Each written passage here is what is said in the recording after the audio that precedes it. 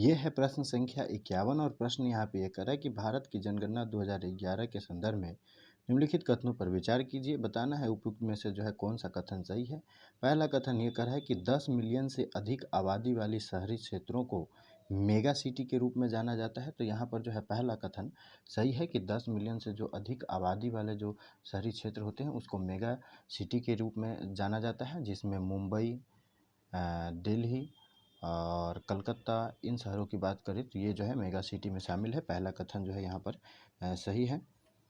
दूसरा कथन ये कर रहा है कि भारत की 40% से अधिक जनसंख्या शहरों और नगरीय क्षेत्रों में भी निवास करती है। तो यहाँ पर दूसरा कथन जो है गलत है।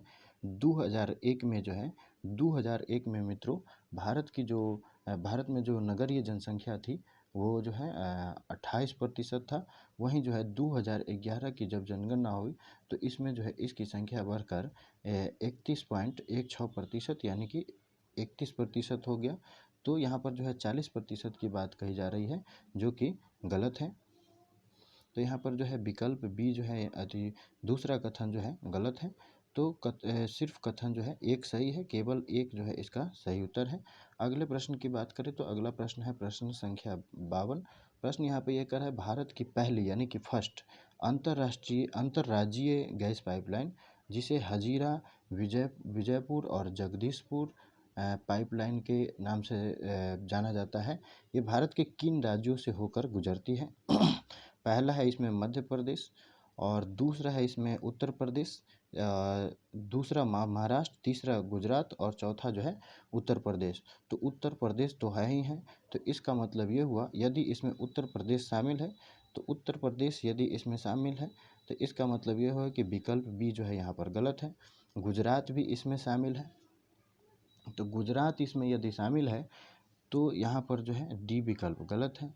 महाराष्ट्र इसमें शामिल नहीं है, महाराष्ट्र इसमें शामिल नहीं है, तो दूसरा जो है इसमें शामिल नहीं है।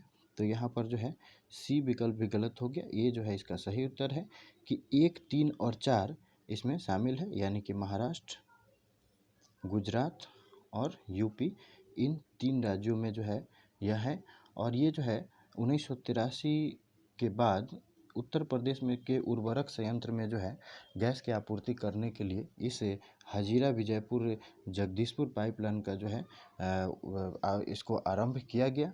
और यही पाइपलाइन जो है बाद में इसकी कुल लंबाई की बात करेंगे तो ये जो है बिना शाखा के 1750 किलोमीटर तक जो है ये 3 राज्यों से जुड़ी है।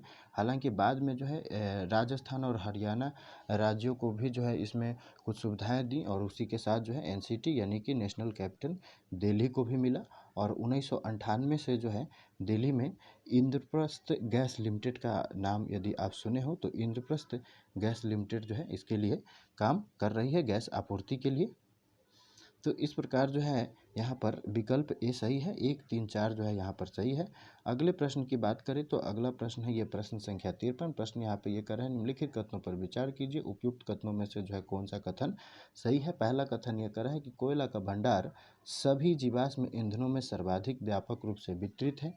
तो यहाँ पर जो है पहला कथन सही है कि कोयला का भंडार जो है ये सभी जीवाश्म ईंधनों में व्यापक रूप से विस्तृत है। और इस प्रकार जो है पहला कथन जो है यहाँ पर सही है, पहला कथन सही है। तो विकल्प डी जो है यहाँ पर गलत है, बी गलत है। दूसरा कथन ये करा है कि संयुक्त राज्य अमेरिका विश्व में कोयले का अग्रणी उत्पादक है। तो यहाँ पर दूसरा कथन गलत है। इसलिए गलत है कि 1983 से लगातार चीन जो है पहले स्थान पर कायम है कोयला के मामले में, और इसलिए जो है दूसरा कथन जो है यहाँ पर गलत है। दूसरा कथन गलत है, तो विकल्प सी भी गलत है, विकल्प ए सही उत्तर है। यानी कि केवल एक, यानी कि पहला ही जो है इसमें सही है, दूसरा गलत है। अगले प्रश्न की बात करें तो अगला प्रश्न है प्रश्न संख्या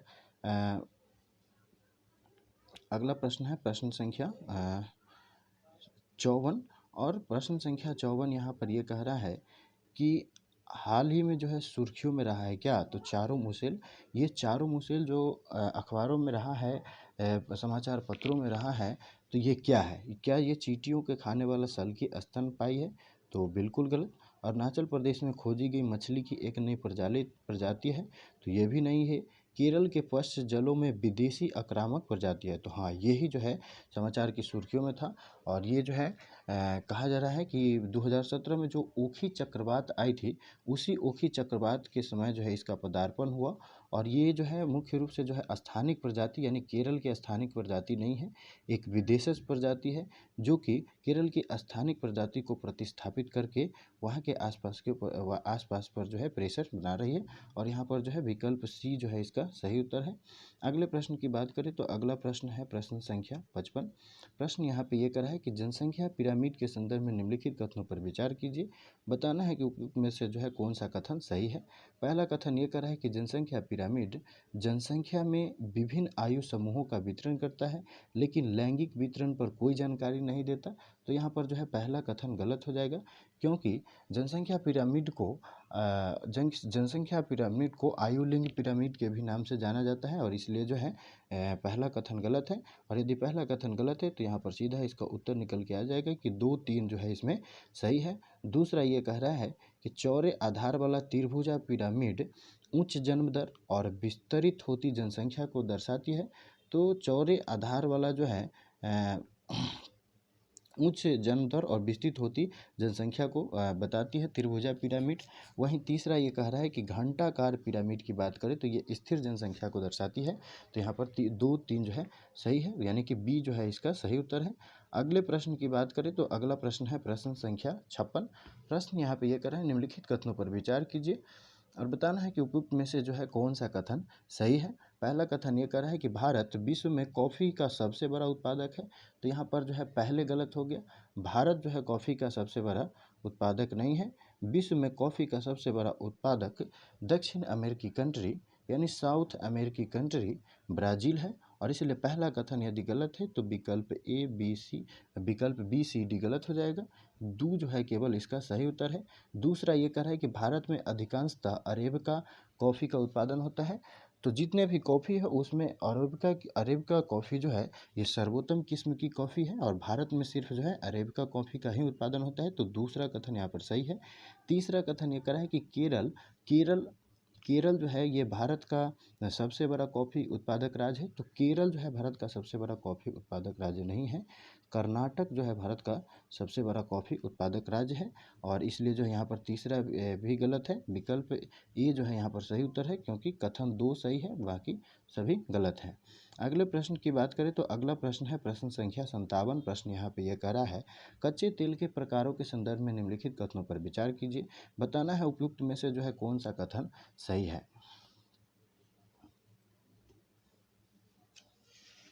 सौर क्रूड ऑयल जो होते हैं उसमें सल्फर की मात्रा अधिक होती है, जबकि स्वीट यानी कि जो खट्टा यानी खट्टे शब्द को डिनोट कर रहा है उसमें सल्फर अधिक होगा। तो यहाँ सही है। और स्वीट में जो है सल्फर अपेक्षाकृत इसके कम होती है। तो यहाँ पर पहला कथन जो है सही है, पहला कथन सही है। तो विकल्प बी डी जो है यहाँ पर गलत हो जाएगा। दूसरा कथन ये कह रहा है कि इराक स्वीट क्रूड ऑयल के जो है अग्रणी उत्पादक देशों में से एक है। तो यहाँ पर दूसरा कथन भी जो है सही है, और दूसरा कथन सही है। तो विकल्प सी जो है यहाँ पर इसका सही उत्तर होगा कि 1, 2 दोनों कथन सही है। इराक जो है स्वीट क्रूड ऑयल का जो है अग्रणी उत्पादक देश में से है, और ओपेक के जो कंट्री हैं ये सभी जो है स्वीट क्रूड ऑयल का उत्पादन करते हैं, और इनके जो स्वीट क्रूड ऑयल होते हैं उसमें सल्फर की मात्रा 1.77% होती है। तो ये भी जो है आप ध्यान रख सकते हैं। अब चलते हैं अगले प्रश्न की ओर। तो अगला प्रश्न है प्रश्न संख्या 58। प्रश्न यहाँ पे ये कह रहा है कि निम्नलिखित में से कौन से स्वच्छंद यानी कि फुटलूज उद्योग के अभिलक्षण है, यानी कि लक्षण है फुटलूज उद्योग के इसमें से कौन से अभिलक्षण है। तो सामान्यतः फुटलूज उद्योग जो है यदि इसे आप जानते हो तो ये ऐसे उद्योगों को कहा जाता है जो संसाधनों या यातायात के जो कारक होते हैं इससे प्रभावित हुए बिना ये कहीं भी लगाए जा सकते हैं, स्थापित किए जा सकते हैं। जैसे हीरा उद्योग की बात करें, कंप्यूटर चिप उद्योग की बात करें, तो इसे ही जो है स्वच्छंद और फुटलूज उद्योग कहा जाता है। आपको इसमें से सही उत्तर बताना है स्वच्छंद उद्योग के बारे में। पहला कथन ये कर रहा है कि स्वच्छंद उद्योग विशिष्ट कच्चे माल पर निर्भर होते हैं। तो यहाँ पर जो है पहला जो कथन है, पहला कथन यहाँ पर सही है कि स्वच्छंद उद्योग जो है ये विशिष्ट कच्चे माल पर निर्भर होते हैं। जैसे जैसे जैसे बात करें चीप उद्योग की बात करें तो चीप उद्योग जो है एक विशिष्ट कच्चा माल, इसके लिए जो है सिलिकॉन का उपयोग किया जाता है, तो इसलिए जो है पहला कथन सही है। दूसरे कथन की बात करें तो स्वच्छंद उद्योग सामान्यतः गैर प्रदूषणकारी उद्योग होते हैं, तो ये बात सही है कि ये ऐसे उद्योग होते हैं जिससे जो है प्रदूषण नहीं फैलती है और ये जो है गैर प्रदूषणकारी उद्योग होते हैं। तो कंप्यूटर उद्योग, सॉफ्टवेयर उद्योग, ये सब जो है गैर प्रदूषणकारी उद्योग हैं। और यहाँ पर जो है 1 और 2 दोनों कथन सही है, तो विकल्प सी जो है यहाँ पर इसका सही उत्तर होगा, क्योंकि 1 और 2 दोनों कथन सही है। अब बात करें अगले प्रश्न की, तो अगला प्रश्न है प्रश्न संख्या 59। प्रश्न यहाँ पे ये कह रहा है कि शहरी क्षेत्रों से प्रवासी श्रमिक, आपने लॉकडाउन में देखा होगा कि शहरी क्षेत्रों से कैसे लोग घरों की तरफ भाग रहे थे, और ये जो है प्रवासी श्रमिक की श्रेणी में आते हैं। और शहरी क्षेत्रों से प्रवासी श्रमिक के व्यापक स्तर पर पलायन हेतु निम्नलिखित में से कौन से प्रतिकर्ष कारक उत्तरदायी है, यानी कि पुश फैक्टर उत्तरदायी है।